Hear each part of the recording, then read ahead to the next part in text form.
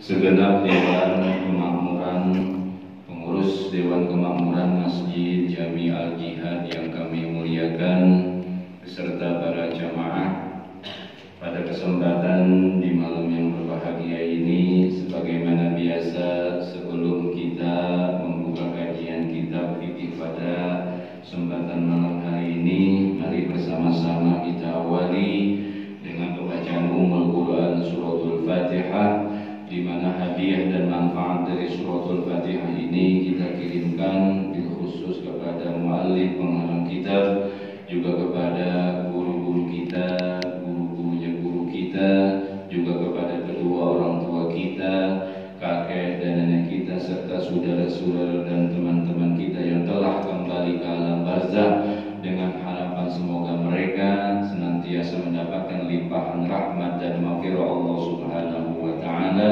dijadikan kuburnya raudhah min riyadil jannah. Al-Fatihah ini juga kita khususkan untuk pribadi kita. Semoga Allah Subhanahu wa taala membukakan pintu mata hati kita, juga kepada saudara-saudara kita, keluarga kita, anak dan istri kita. Kita doakan semoga mereka senantiasa berada dalam lindungan Allah Subhanahu wa taala, dan keturunan kita dijadikan keturunan yang saleh dan salehah, yang senantiasa meninggikan kalimat dan agamanya Allah Subhanahu wa taala. Ala hadhihi niyyah wa ala kulli niyatin salihah. Al-Fatihah.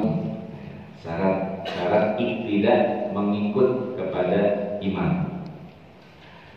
Bismillahirrahmanirrahim. Qala al-musannifu rahimahullahu ta'ala wa adama an-naf'a bihi wa bi barakati 'ulumihi wa bikum fid daraini amin. Qala faslun ay hadza faslun.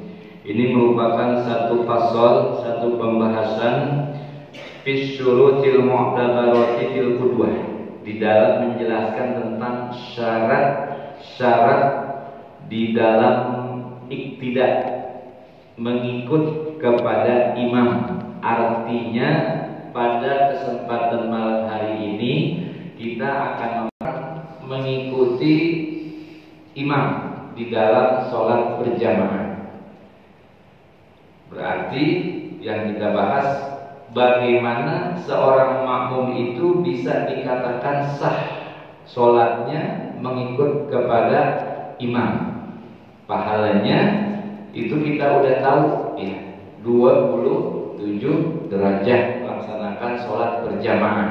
Nah, cuma masalahnya kita tidak fokus pada pahala 27 dulu, tapi bagaimana kita memperhatikan sah enggak kita sholat berjamaah kita. Nah, ini karena memang satu, nanti ada permasalahan-permasalahan yang memang kaitannya dengan iktikad kita, prasangka hati kita terhadap imam. Ini yang perlu kita perhatikan. Kalau seandainya nanti ada ragu-raguan kita, nah imamnya ini enggak sah nih, nah sholat itu jadi enggak sah. Maka ini ada beberapa permasalahan, yaitu syurutul qudwati, bermula syarat-syarat qudwah, artinya bermakmum kepada imam. Itu ahada asyara, ada 11 syarat yang harus kita perhatikan.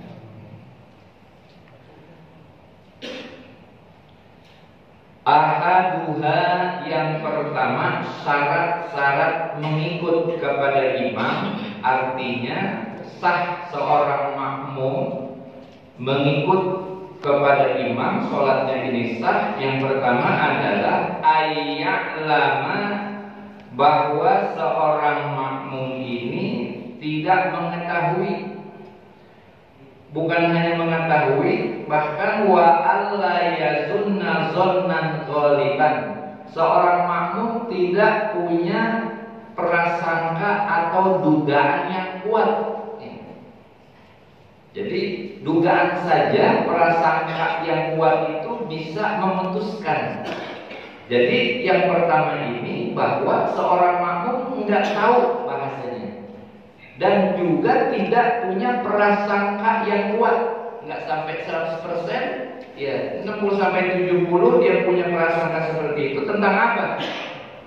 Butlana sholati imamihi, akan batalnya sholat imam, bihadasin dengan sebab imam itu berhadas, au ghairihi atau bukan dengan hadas.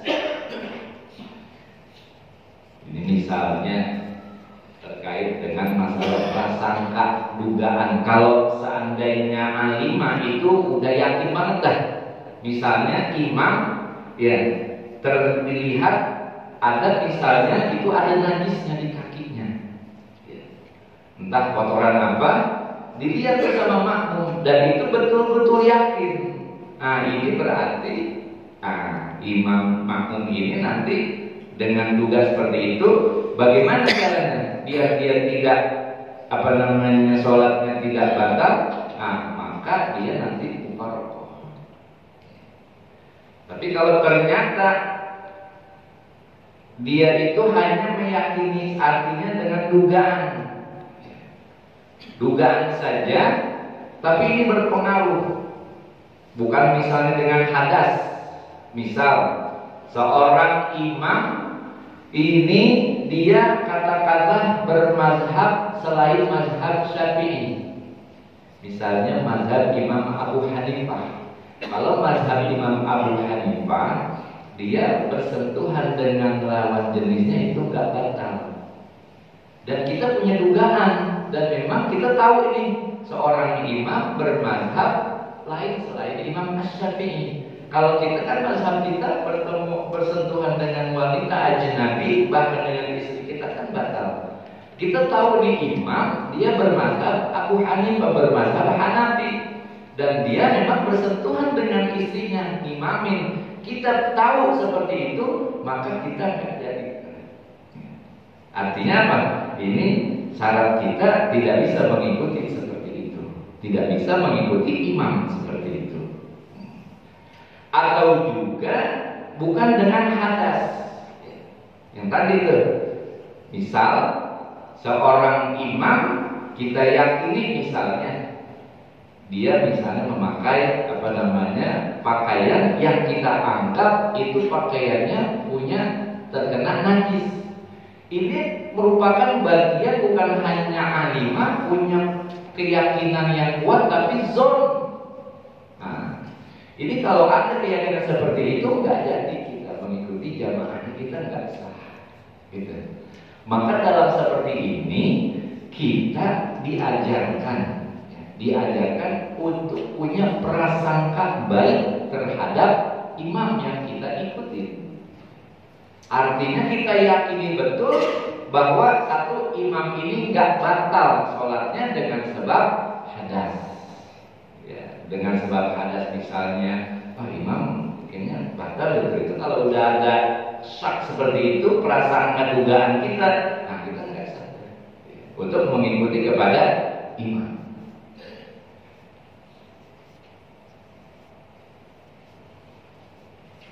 Maka yang harus kita ketahui adalah kita berhusnuzon kepada imam, meskipun memang kenyataannya katakanlah misalnya imam ketika itu katakanlah dia buang angin, gitu ya, misalnya.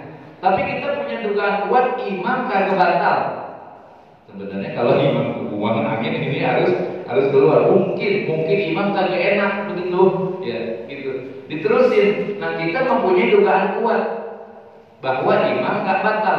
Itu kita punya yakin seperti itu. Meskipun memang pada kenyataannya imam batal. Yang kedua, misalnya juga seorang imam lupa. Misalnya imam mengimami sholat jamaah, sholat isya di masjid nih, sholat isya.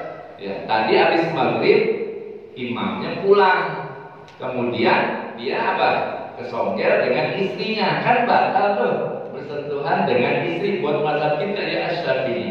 Kemudian imam ini lupa, udah azan balik lagi ke masjid tanpa berwudu, ngimamin aja nih imam, ya ngimamin berjamaah. Lupa.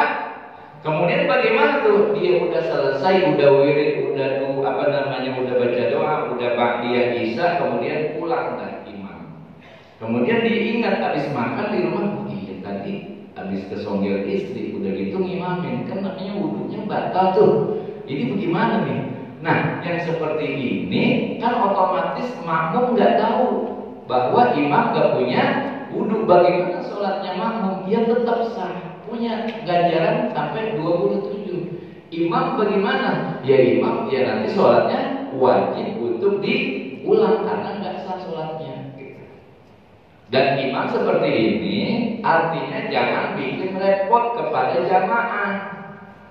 Ntar imam ngumumin lagi, tadi yang sholat di Masjid Al-Jihad, yang ikut sholat berjamaah saya, tadi saya sholatnya nggak pakai wudu. Lah dibilangin ini gimana? Kalau udah dikasih tahu berarti maksudnya juga harus mulai. Maka dalam kondisi seperti ini biarkan. Artinya yang ulang siapa? Imamnya saja di rumah. Makmum tetap dia sah dengan alasan tidak diberikan tahu. Tapi kalau dikasih tahu, ya bikin ribet diulang jadinya bagi sholatnya makmum. Ini yang pertama, ayat ulama mutlaq sholat al-imam ini hadasi. Jadi makmum ini dia tidak mengetahui akan batalnya sholat imam dengan sebab hadas, ya, entah itu buang angin, ada najis atau terbuka auratnya atau dengan hal-hal lainnya. Nah, ini seperti ini. Jadi yang pertama kita diajarkan untuk mempunyai prasangka yang baik terhadap imam. Kayaknya nih imam nggak punya wudu, atau misalnya imam kayaknya bajunya terkena najis. Itu kalau punya prasangka seperti itu tuh zonan ghaliban, nah kita nggak sadar ya, untuk mengikut kepada imam. Kemudian yang kedua,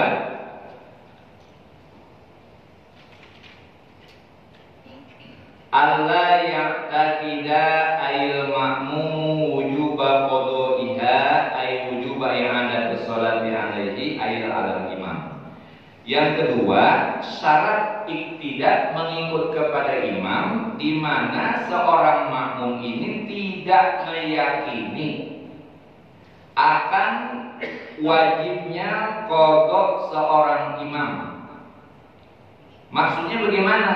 Sholat yang dilakukan oleh imam itu bisa mengakibatkan imam itu untuk mengqadha. Misalnya, salah satunya adalah dia tidak memiliki dua alat bersuci. Misalnya, yang pertama, contoh orang yang tidak punya dua alat bersuci, misalnya sholat di pesawat, dia tidak menggunakan air, atau juga tidak bertayamum, tidak memungkinkan ketika kita berada di pesawat, dia sholat misalnya. Nah, sholat yang seperti ini nanti harus diulang. Nah, imam yang seperti ini tidak boleh kita ikut kepadanya. Atau misalnya seseorang sedang naik gunung, di puncak ketika itu misalnya hujan, ya hujan, dia mau sholat. Ketika dia mau sholat karena hujan itu nggak bisa menemukan debu. Kemudian air juga nggak ada, berarti dia sholat tanpa dengan alat bersuci. Wudu nggak bisa, tayamum juga nggak bisa karena basah. Nah, ketika dia sholat, maka dia sholat apa adanya. Ya, ketika dia berada di katakanlah di atas gunung mau sholat berjamaah itu nggak bisa, dia melaksanakan sholat berjamaah. Imam yang seperti ini kenapa? Karena dia melaksanakan sholat, nanti setelah sholatnya, setelah selesai nanti dia harus mengqadha, mengulang sholatnya. Jadi sholat yang seperti ini, orang yang sholat yang mengharuskan nanti sholatnya itu untuk diqadha, maka tidak boleh kita ikut kepadanya. Atau juga orang yang bertayamum di tempat yang memang biasanya ada air. Kalau ada air itu nanti harus diulang. Nih, imam seperti ini tidak boleh kita mengikut berjamaah kepada orang ini. Nah, maka ini perlu. Kalau kita sih insya Allah nggak bermasalah ya. Artinya kita lihat juga, ini kira-kira sholatnya bisa yang digodong nggak nih imamnya. Nah, ini kita biasanya nih yang seperti ini kita punya keyakinan zon yang kuat. Artinya imam otomatis sholatnya nggak akan diulang. Kecuali kalau kita tahu betul, wah seorang imam ini misalnya wudhunya wudhu tayamum yang mengharuskan dia untuk mengqadha, ini tidak boleh kita berjamaah kepadanya. Ini yang kedua. Syarat yang kedua untuk iktidak kepada imam, mengikut kepada imam, bahwa seorang makmum tidak meyakini bahwa imam yang diikuti ini sholatnya nanti harus diqadha. Wasalisuha, kemudian yang ketiga, sholat yang ketiga itu syaratnya bagi seorang makmum itu adalah alla yakuna makmuman, bahwa seorang imam yang kita ikuti makmuman, dia tidak menjadi makmum bagi imam yang diikuti dengan yang lainnya. Artinya kan kadang begini para jamaah, dia sholat nih, ya. Sholat, dia sedang mengikuti imam. Ya. Ini seorang makmum, kita nih sedang berjamaah menjadi makmum kepada imam yang diikuti di depannya. Nah kemudian orang lain datang, dia menjadikan kita sebagai ikutin dan orang lain menjadikan kita sebagai imam. Ini enggak sah. Ya. Biasanya kadang-kadang kalau di rest area itu kita perhatikan juga, ya. Kalau di masjid-masjid kita, ya di wilayah kita ini nggak begitu, artinya tertib. Kadang-kadang kalau di rest area kita lihat dulu dia lagi diikutin imamnya nih. Kalau dia sendiri berarti kita bisa mengikut. Gitu. Nah, kalau misalnya dia udah selesai, imam udah salam, nah kemudian makmum ini kan berarti dia bangun. Nah itu ketika imam yang dia ikuti udah salam, karena dia ingin melanjutkan rakaat yang berikutnya, boleh kita ikut kepada orang tersebut. Tapi kalau misalnya dia masih mengikut kepada imam belum salam, kita jangan ikutin kepada makmum yang kita jadikan sebagai imam. Karena apa? Ini tidak boleh, dalam status ini ada dua, ya. Dia menjadi makmum juga dan juga kita jadikan sebagai imam. Ini dimaksud alla yakuna makmuman, bahwasanya makmum itu tidak menjadi imam, ya. Madama muqtadiyan bi ghairihi, selama dia mengikuti kepada orang lain yang dijadikan imamnya. Nah ini enggak sah nih. Fala yasih bidahu bi muqtadiyin. Kemudian warabimuha, syarat yang keempat, syarat bermakmum atau iktidak, wala ummiyan, di mana imam ini ayyakuna imamul qori ummiyan, bahwa imam ini dikatakan ummi. Ummi pada dasarnya itu maknanya tidak bisa baca tulis, tapi yang dimaksud ini adalah lam yuhsinil qira'at al-Fatihah, dia kurang bagus dalam membaca suratul Fatihah. Ini bagaimana kalau misalnya ada imam, dia baca suratul Fatihahnya nggak bagus, nah ini bermasalah. Maka yang sudah kita pelajari, untuk imam itu harus betul-betul fasih dalam bacaan suratul Fatihah.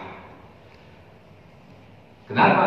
Karena suratul Fatihah ini merupakan rukun qauli yang memang pelafalannya, makhorijul hurufnya, panjang pendeknya, tasdid yang ada 14 itu nggak boleh kurang, terutama di dalam masalah sholat jahar. Maka sebagai pengurus itu memang harus memperhatikan untuk lebih ketat, karena ini termasuk masalah keabsahan sholat berjamaah. Ini dikatakan syarat yang keempat itu wala ummiyan, di mana seorang imam ini tidak ummi, artinya bagus di dalam bacaan suratul Fatihahnya. Kalau sekiranya seorang imam ini ummi, fala yasihu iktida'uhu, maka enggak sah yang namanya makmum mengikut kepada imam seperti ini. Nanti bagaimana kita untuk mensiasati sekiranya kita nggak tahu nih sholat berjamaah, kita nggak tahu imam, ya katakan mungkin di rest area gitu ya, kan orang variatif tuh. Nah, kita ngikut-ngikut aja. Kemudian pas dia baca bacaan suratul Fatihahnya, mohon maaf gitu ya. Nah, ini panjang pendeknya, hamzah dibaca ain atau ain dibaca hamzah. Nah, ini bermasalah. Nanti bagaimana kita ketika imam baca Fatihahnya nggak bagus, langsung kita mufarokoh. Di dalam hati, aku niat mufarokoh dari imam. Itu terjadi kita mufarokoh. Artinya bagaimana? Kita kerjakan sendiri sholatnya. Kalau kita mengikut kepada imam yang seperti itu, nah ini tidak sah. Apalagi kalau kita standar kita ini adalah, mohon maaf, kita bacaan kita mungkin lebih bagus dari imam. Nah, ini apalagi ya. Maka ini menjadi hal yang perlu kita perhatikan. Yang namanya imam itu memang betul-betul ya kita pilih, kita seleksi, terutama masalah sholat-sholat yang sifatnya jahriyah, sholat maghrib, isya, subuh, ini kita perhatikan. Kenapa? Sekali lagi karena yang namanya suratul Fatihah ini merupakan rukun qauli, ya, rukun qauli yang memang harus fasih dalam pelafalan makharijul hurufnya, terutama masalah tasdid yang ada 14 itu. Ini seperti ini yang disampaikan oleh musannif dalam pengarang kita. Tapi kalau seandainya ada seorang imam, dia apa? Dia ini dibaca jahar, sholat jahar dibaca pelan. Ini bagaimana? Ya tetap sah. Tetap sah. Tapi nanti makmum harus meneliti, diperhatikan. Kenapa nih kok imam bacanya pelan, biasanya jahar, meskipun yang namanya sholat maghrib, isya, subuh itu kan sunnah bagi imam untuk menjaharkan. Kemudian pas diseleksi dilihat, kenapa ditanya? Anda lupa misalnya, nggak ada masalah. Tapi kita tahu ini imam bacaannya mumpuni dalam suratul Fatihah, gitu. Tapi kalau nggak mumpuni, nah ini kita harus meneliti lagi bacaan imamnya. Minimal ya kalau buat kita insya Allah ini udah bisa. Minimal banget kita bisa bedakan. Satu, bedakan dalam suratul Fatihah adalah, sekali lagi, kita ini bukan qori yang memang pengelafalan makharijul huruf dan sifat-sifat huruf itu memang lebih tepat. Kita ini bukan qori ya. Cuma jangan sampai kita sampai menukar huruf Fatihah. Ain jangan sampai ketukar dengan hamzah. Ha jangan sampai ketukar dengan ha. Ya. Alhamdulillahi rabbil alamin itu ain. Ha di tengah, dia di tengah tenggorokan. Ha. Beda dengan ha. Kalau ha di pangkal, pelafalannya dari bawah nih. Alhamdulillah. Nah, ini udah keliru. Maka pengucapan ha itu adalah di tengah tenggorokan. Kemudian ain. Ain juga ketika di tengah, tapi dia bagian epiglotis itu yang daun sebagai penutup katup saluran makan dan pernapasan, dia agak mundur ke dindingnya, jadi menyempit pelafalan suara ain itu, dan dia termasuk istilah ain. Ya, jadi jangan kita katakan alhamdulillahirabbil alamin, itu salah. Ya, maka kita biasakan pengucapan huruf ain. Kemudian huruf apa lagi yang bertasdid ada 14, itu iyyaka. Kadang ini kita iyyaka na'budu wa iyyaka nasta'in. Kemudian juga pada lafaz dal, huruf dal dengan zai. Ya, siratal ladzina ini udah salah. Ya, nanti bisa mempengaruhi kepada makna. Siratal ladzina, kalau dal pengucapannya adalah ujung lisan kita ini dengan gigi seri atas. Jangan lazina, kalau lazina nanti ujung lidah kita dengan gigi seri bawah. Lazina berbeda dengan lazina. Nah, ini perbedaan huruf. Maka memang ini perlu kita latih ya, latih pelafalan perbedaan huruf hamzah. Kalau hamzah itu kan dia huruf rongga ya, di bawah juga ya a gitu ya pengucapannya, dengan ain kita bedakan. Kemudian pada huruf tadi ha dengan ha. Nah, ini termasuk tasdid-tasdidnya. Ini kalau yang untuk menjadi imam ini memang harus memperhatikan bacaan suratul Fatihahnya itu minimal banget dah.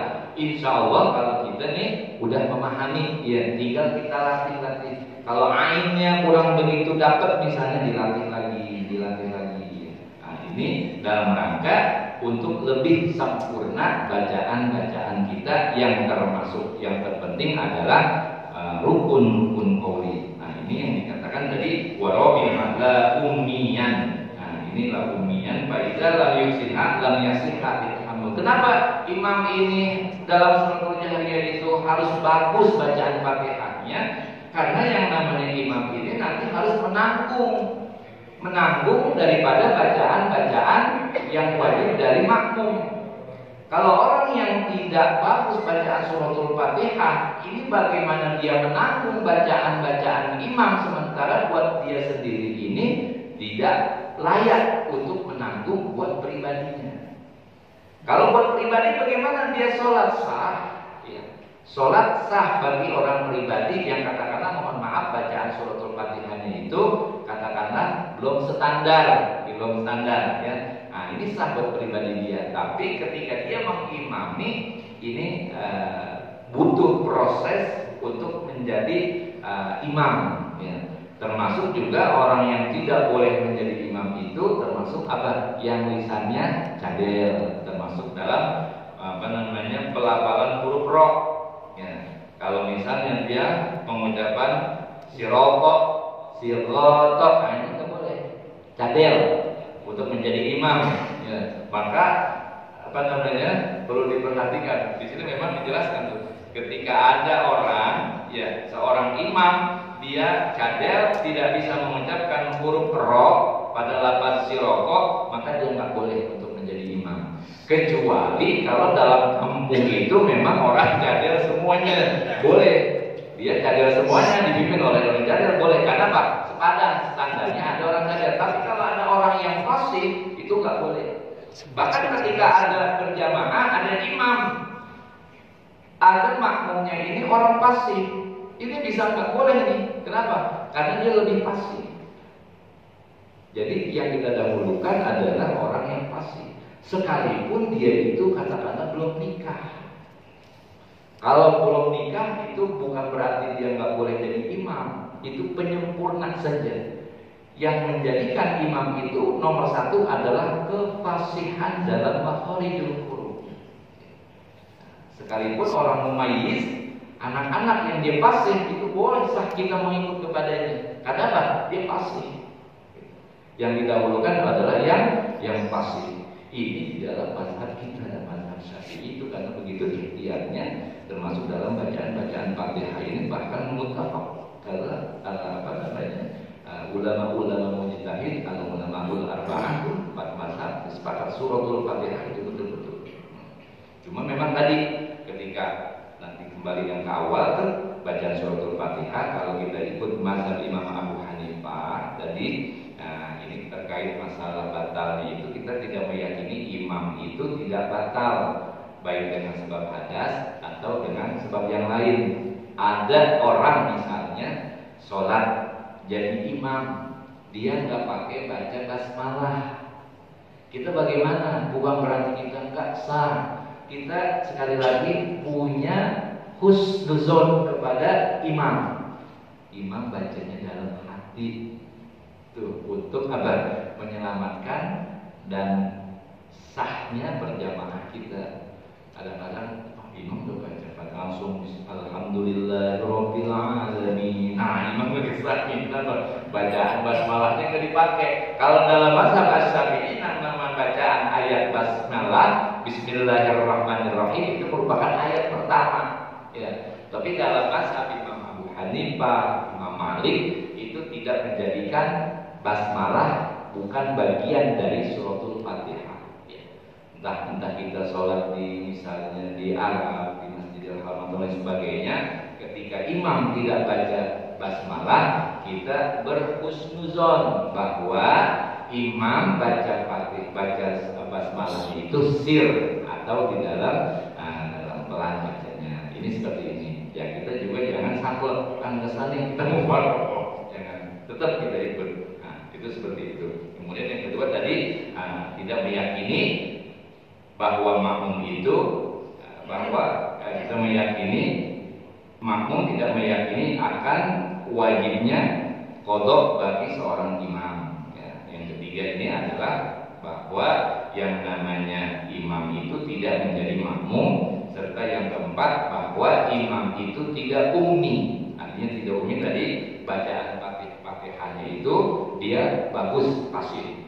Kalau misalnya nanti nggak fasih, ini kita perlu harus memperhatikan karena ini terkait dengan rukun qauli. Dia harus menanggung. Kemudian waqamisuha, yang kelima, syarat dari seorang makmum untuk iktidak mengikuti kepada imam, alla yataqaddama alaihil imam fil mauqif. Bahwa yang namanya makmum itu tidak boleh berada di depan imam. Nah, ini hal yang menjadi sudah kita ketahui. Yang namanya imam itu harus di depan. Ya, imam harus berada di depan. Kalau makmum bagaimana? Dia posisinya harus lebih mundur ke belakang. Nah, ini kalau seandainya sejajar bagaimana? Sejajar itu termasuk masih sah. Ya. Imam, ini kan kadang-kadang bisa terjadi kalau dalam ruangan kita yang besar seperti ini, kadang-kadang dalam tempat-tempat tertentu yang memang agak mepet banget gitu, ini bisa memungkinkan. Sejajar pun juga sah. Bahkan merupakan hal yang wajib sejajar itu imam dengan makmum. Kapan? Ketika makmum dan imam itu katakanlah nggak punya pakaian. Mohon maaf, dia sholatnya telanjang. Itu nggak boleh, imam harus lebih depan. Dia harus sejajar dengan makmum. Sekiranya ini terjadi, bahkan sampai segitunya para ulama membahas ketika mereka nggak memiliki pakaian, maka bagaimana sholat berjamaahnya? Di dalam kondisi gelap, kemudian imam juga sejajar dengan makmum. Kesianan kalau imam lebih depan, ya. Ini menjadi hal yang tidak menarik, tidak menjaga pandangan. Jadi tetap seperti itu. Yang kedua, bahwa sholat berjamaah itu nanti imamnya memang ada aturan yang menjadi ketika panduan ketika berdiri itu adalah imam, yang menjadi tumpuannya itu adalah tumit ketika berdiri. Kalau dia sholat berdua, ya sekalipun dia nggak begitu jauh dengan makmum, maka minimal banget itu tumitnya. Imam lebih ke depan. Ketika dia kondisinya duduk, maka yang menjadi patokan duduk itu adalah sholat duduk itu pada aliyaihinya, artinya bokongnya atau pantatnya ketika duduk. Nah, ini menjadi standar. Ya, ketika berdiri, maka yang dilihat itu adalah bagaimana tumit belakangnya itu. Nah, dia lebih maju. Ketika pada posisi-posisi yang sempit itu ruangannya kecil, dia nggak bisa mundur banget, paling kagak dia lebih mundur sedikit. Membedakan tumit imam dengan tumit makmum itu menjadi standar bermakmum. Kemudian yang keenam wasadisuha al-ya'lama intiqolati imamihi. Seorang makmum ini mengetahui dan menyangka perpindahan daripada gerakan-gerakan imam. Jadi hal yang harus bagi makmum itu mengetahui pergerakan imam. Pergerakan imam dari satu rukun ke rukun yang lain itu disunahkan dengan mengucapkan takbir. Kecuali bangun dari ruku, dia mengucapkan sunnahnya apa? Sami Allahu liman hamidah. Yang lain itu perpindahan intikal dari gerakan satu rukun ke rukun yang lain adalah dengan takbir. Bagaimana dia bisa mengetahui? Kalau yakni dengan melihat imam. Ya, kalau kita biasa normal dengan melihat gitu. Au misal juga au liba di sofi, misalnya au simani sofihi, atau dia mendengar suara speaker. Ya, misalnya di luar itu ada speaker, kedengaran itu udah cukup termasuk namanya dia mengetahui pergerakan imam dengan suara. Kalau sekarang kan udah ada speaker, meskipun jauh itu kedengeran. Atau juga misalnya aushauti mubalighin, atau dengan suara mubaligh. Di Mekah gitu ya, itu ada mubaligh yang menyampaikan, yang mengeraskan, menyambungkan daripada bacaan-bacaan imam. Itu mubaligh dia namanya. Nah, ini termasuk juga dengan audio misalnya, dengan visualisasi, dengan layar lebar, atau itu termasuk sangat mendukung. Bagaimana kalau misalnya dia tidak bisa sok sampai jauh, kemudian speaker mati. Nah, ini yang seperti ini nanti dia itu harus bisa melihat sok yang ada di bagian depan, gitu. Nah, ini pergerakan-pergerakan imam dia harus mengetahui. Ya, pertama dengan dia melihat, kemudian kedua dengan menyimak dengan suara, atau juga dengan hal-hal lain yang bisa memungkinkan tidak ketinggalan gerakan-gerakan imam. Kalau seandainya dia nggak tahu gerakan imam, ini akan menjadi masalah. Maka ketika misalnya ada di lantai 1, lantai 2, itu nanti disiasatin sekarang dengan model misalnya apa, dengan TV, dengan layar besar gitu ya. Yang jelas nanti kalau ruangannya itu tingkat, masjid itu bertingkat, nanti harus ada tangga yang menyambungkan. Ya, harus ada tangga. Kalau dia ada 2 lantai nggak ada tangga, itu nggak bisa nanti yang di atas. Itu nanti harus ada tangga yang menghubungkan, ya bisa sampai ke sana. Kemudian wasabimuha, dan yang ketujuh adalah ayyajtami'a fi masjidin. Yang ketujuh, syarat bermakmum kepada imam itu adalah yang namanya makmum dan imam fi masjidin, berada dalam satu masjid. Di dalam satu masjid. Au fi salasi mi'ati zira'in takriban, atau dia itu berada pada jarak 300 ziro. Takriban ini sejarah kira-kira 1 ziro itu kita bisa mengukurnya, ada yang bilang 50 cm atau sekitar 60. Biasanya kita menggunakan 1 ziro itu 50 cm. Nah, ini kalau dalam satu masjid dia harus berada tuh. Cuma yang menjadi standar seseorang, imamnya di sini, makmumnya di sana dekat pintu keluar, itu sah.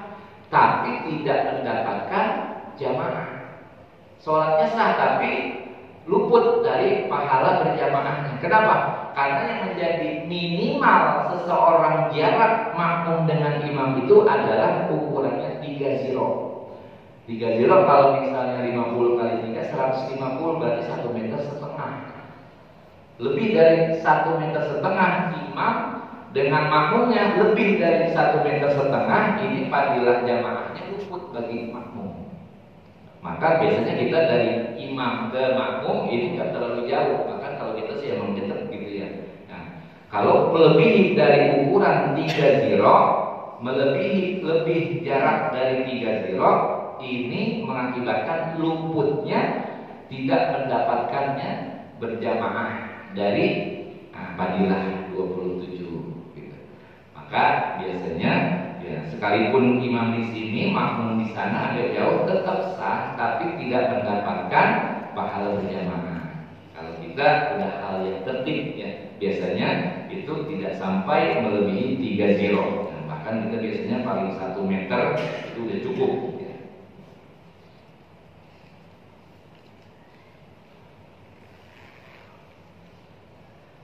Wazaminuha, kemudian yang ke-8 ayyanwiyal qudwata, di mana seorang makmum ini berniat mengikuti, atau dia katakanlah awil jama'ata, dia mengikut menjadi mengikut berjamaah. Kalau kita biasanya niatnya ada makmuman.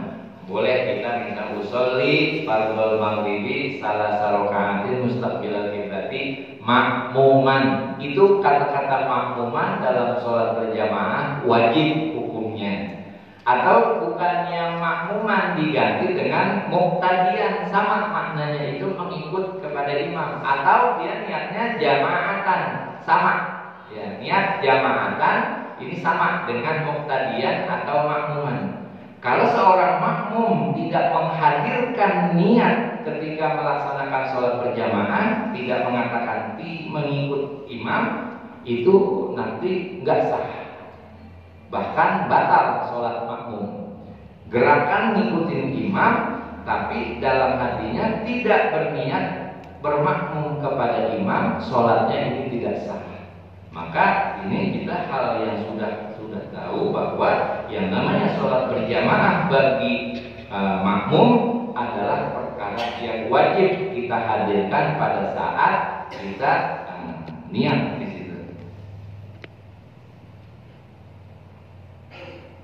Wadasi'uha, kemudian yang ke-9, ayyatawafaqonas masolatihima. Yang namanya makmum dengan imam ini bersesuaian, artinya sepadan sholatnya.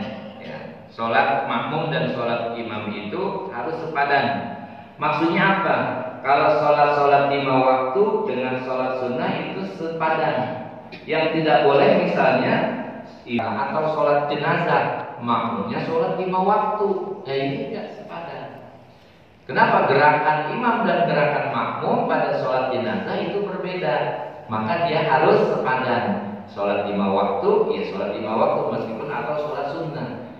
Orang sholat 5 waktu bermakmum kepada imam yang sholat sunnah itu boleh, gitu. Selama dia sepadan.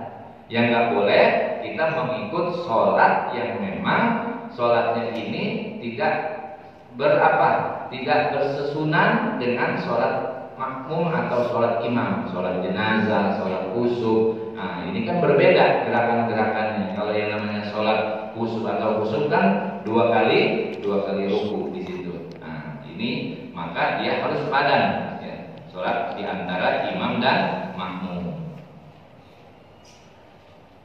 Sedikit lagi.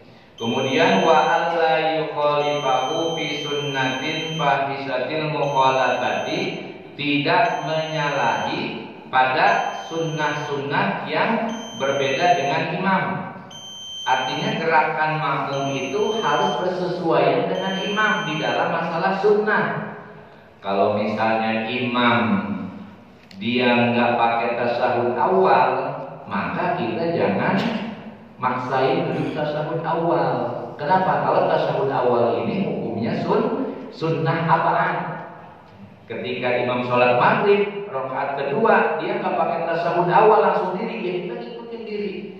Ya, kenapa? Jangan maksain duduk juga. Kenapa? Ini akan berbeda jauh dalam gerakan imam dan makmum. Kenapa? Yang namanya sunnah, tasyahud awal ini merupakan hal yang sunnah apaan. Ketika imam dia nggak pakai tasyahud awal, entah itu dia lupa atau sengaja, ya kita ngikutin. Gitu. Cuma nanti kalau kita makmum, nanti tetap disunahkan di akhir sebelum salam untuk sunnah sujud sahwi, atau juga dengan kunut. Kalau kita dalam masalah kunut, itu kita diperkenankan, tetap diperkenankan untuk membawa kunut, tapi yang paling simpel. Imam nggak bawa kunut, tapi kita masih bisa baca kunut tuh. Allahumma firli ya ghafur misalnya, langsung sholawat Allahumma sholli ala sayyidina Muhammad, itu masih kekejar. Ketika imam sujud, kita masih bisa kekejar tuh. Itu kunut yang paling simpel ketika kita mendapati imam yang kagak pakai kunut.